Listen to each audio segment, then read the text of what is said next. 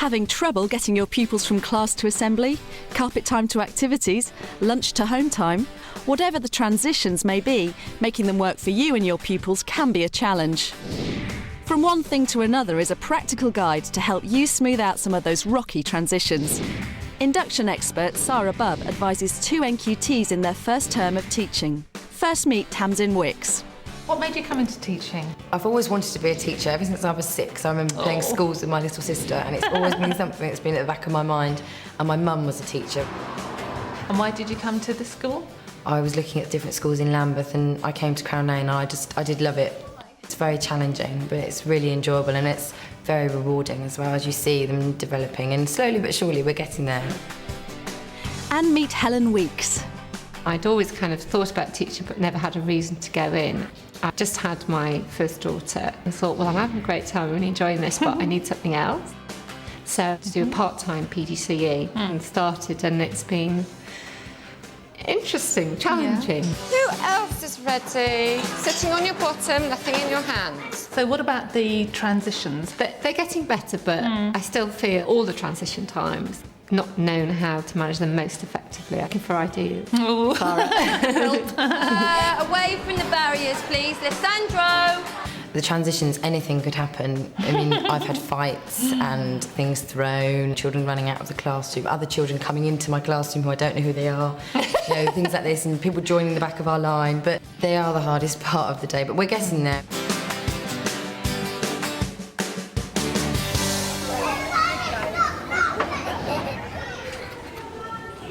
Walking through and sitting on our carpet space.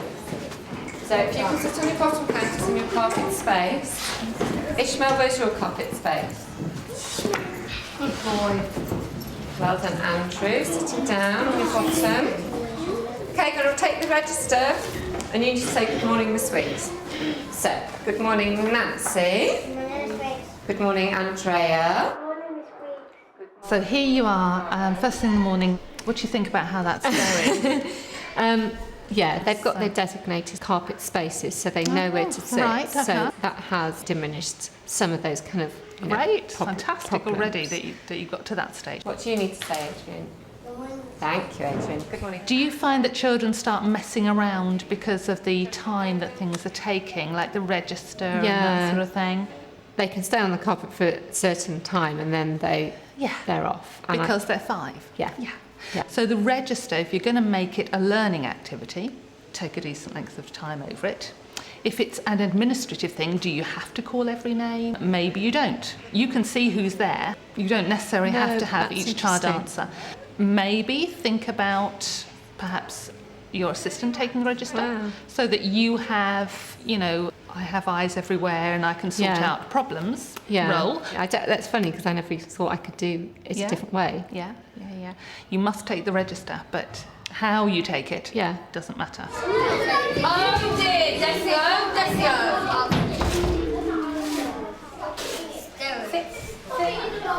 Luke, hands on, please.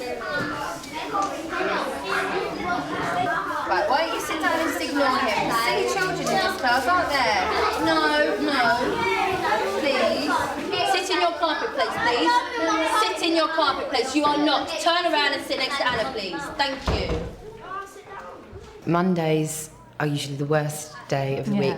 In my first week, I sort of ended up exhausted in a heap at the end of the day, and my induction tutor said to me, oh, well, that's because it's a Monday. It's your choice. You need to make the right one, please.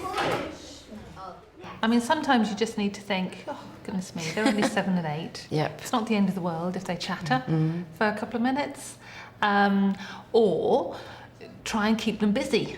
Okay, so as they come in, they are muttering their 10 times table in a whispering voice or whatever. Okay.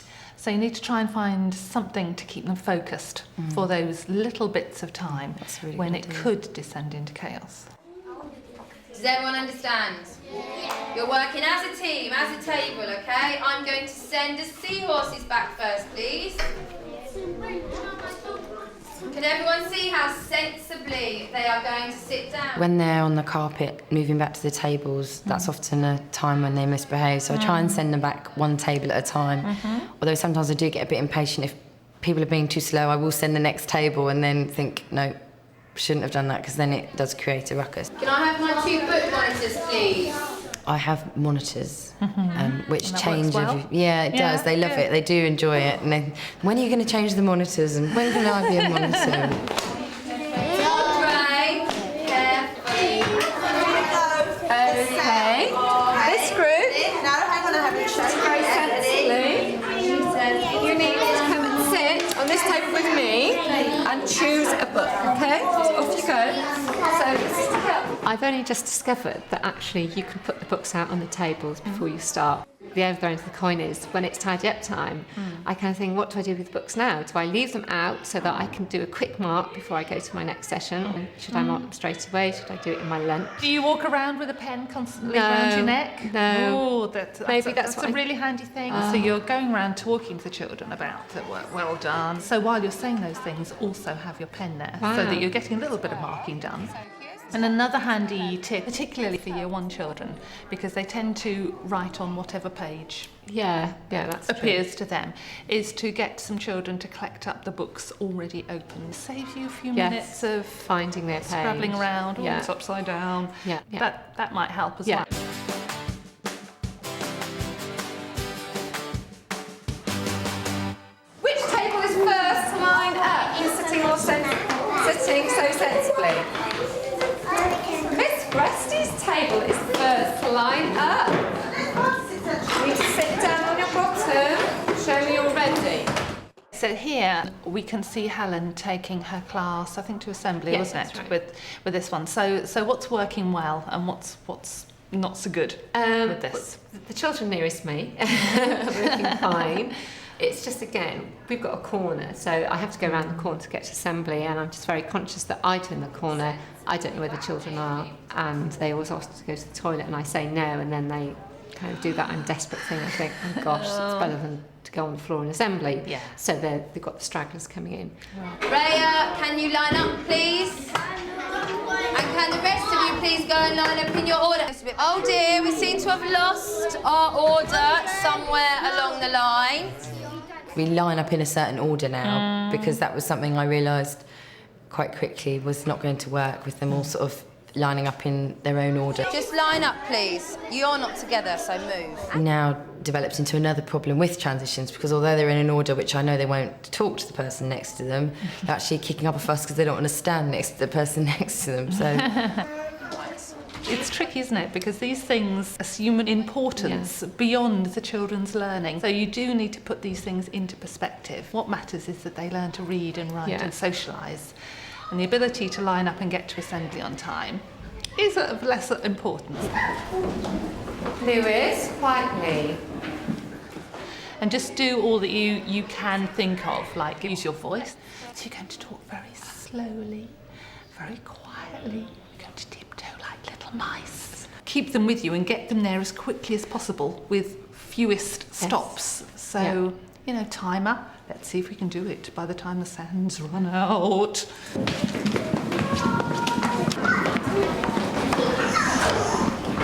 But it's the same with going to music because we've got about 6 flights of stairs. And I can hear at the bottom some of the children shouting their head off, and I'm at the top and I'm thinking, Do you walk in the middle of the line? no, I always walk at the front.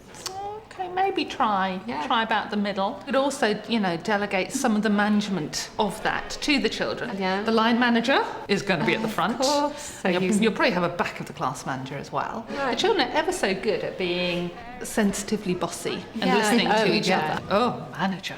Do you think the back of the class is ready? No. okay, so give all them those, it's kind of sharing responsibility. Callum, off the banister. Off the banister. Walking.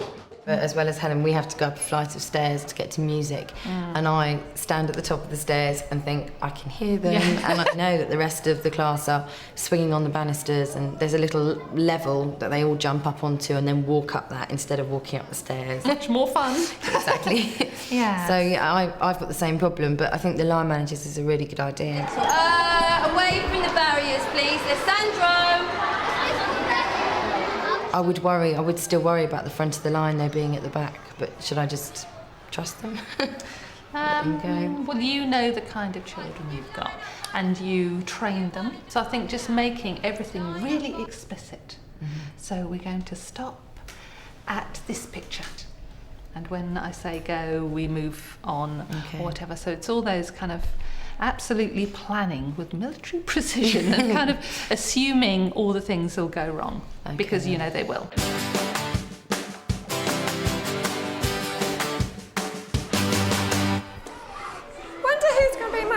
Monitor today. Who's shown me very good sitting? Come on. What happened? You weren't looking where you were going. Sitting behind. Right. Who am I going to choose for milk? Well, I could choose Fatu because she's doing the right thing. Can't choose you, Dexter, can I? So now the children coming in after lunch, it's always a really tricky time, isn't it? How does that go? What I've started to do is, after taking the register, I choose the milk monitors. So they have their milk and then I read a story. It's nice, but they are still spending rather a long time on the carpet. Yeah. You know. Or maybe they could have their milks at the tables. And then they move the carpet. That'll give them a little bit more moving time. But having them sitting still for 40 minutes is not a good idea. So maybe you could do some little games on the carpet, singing songs, action songs, something that's going to keep them focused. Sheets and the pens, please. Brandon, go and sit in your seat, please. Sit in your seat, please. It's your first warning. No, don't hold me. Right, sit down then. Hello. You don't have a teaching assistant in the afternoon. No, not in the afternoons. Nor a break, nor a playtime. It's when the children are at their tiredest and they're getting a bit fed up of it, you know, it can be a bit of a nightmare. And do you find the positive stuff works at that time, or is that the time for getting in the sanctions and the cross-face? Do try the positive stuff first, sort of noticing which table have actually settled down to their work, and it's, you know, sometimes it is enough just to say, oh, well, you know, look at the seahorses, aren't they working beautifully? Table names. Samaha, can you either hurry up or sit down? You need to kind of like recognise that you just want to... Yeah. And look at you sitting beautifully. You know, you just need Takes to a kind lot of more like, energy, I think. I know, but in a way, it's so, you know, tenfold more definitely. successful. Yeah. Hey, I thought I was looking for the quietest table. We try and tidy up as tables, and again, trying to be the best table, and it's never quiet. So Do you ever play music during tidying up time? I don't actually. That'd be quite a good idea. Playing them some music, you know that the track's going to last 3 minutes, so all the tidying up has got to be That's a done in really that good time. And, you know, you're going to be very disappointed if you see anyone not tidying. Yeah. Won't be able to play the nice music. Look at Amy. So super sitting. She's not talking. She's listening. Home time, I think they're so tired and they've got no impetus to be good. They're just kind of like seals on a beach. Poor things. Harry, go. One of the kids was trying to come back in for no reason, so I just shut the door and said, home time, you know, because they'll just loiter, which is bizarre that they want to loiter, actually. Because Expect they love just you. want to run away. So there are so many transition points in a day. I think if you get those cracked, all your behaviour management issues will really lessen, if not disappear, and then you can get thinking about teaching and learning.